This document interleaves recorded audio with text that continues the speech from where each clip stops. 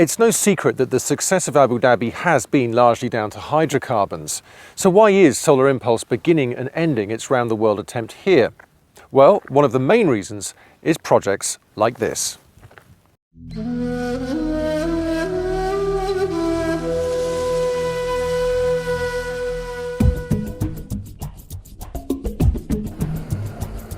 This is the Shams 1 concentrated solar power plant, some 120 kilometers from Abu Dhabi city in the western region of the emirate.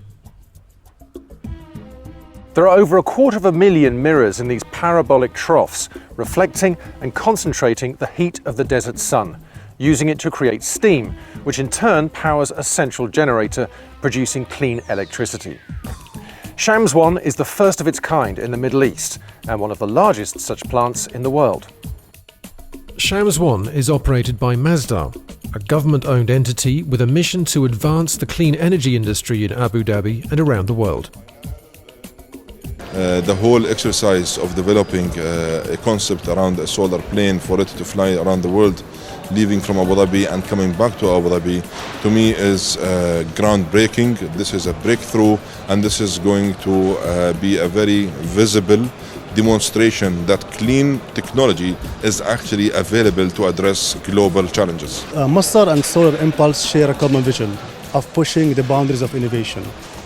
This flight is a message to the new generations to not only to innovate, but more importantly, to think about clean technology in a more meaningful manner and about sustainability. Normally, the conservation movement and the environmental movement is sometimes boxed in as a movement of no. And what this demonstrates that, you want to change that mindset and change that perspective. That it's not necessarily an issue of no, it's an issue of how can we do this differently. And that's what I'm actually super excited about.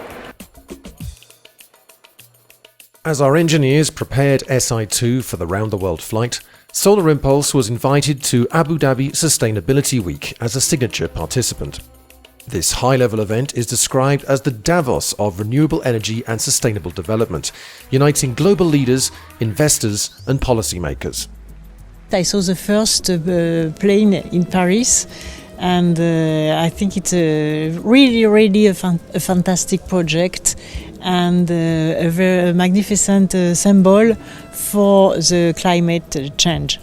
Abu Dhabi is absolutely a good starting point. It's not only about geography and the political will of this country to develop clean tech and a sustainable future, but it's also the hospitality.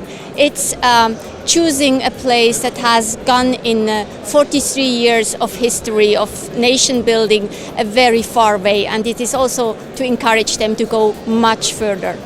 And at Albertine Airport, there's been huge interest in Solar Impulse's arrival in Abu Dhabi, both from international press organisations and some of the significant players involved in the fight against climate change.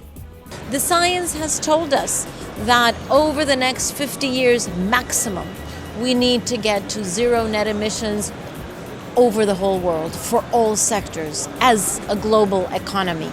And so Solar Impulse stands as the first very, very clear example that it is possible.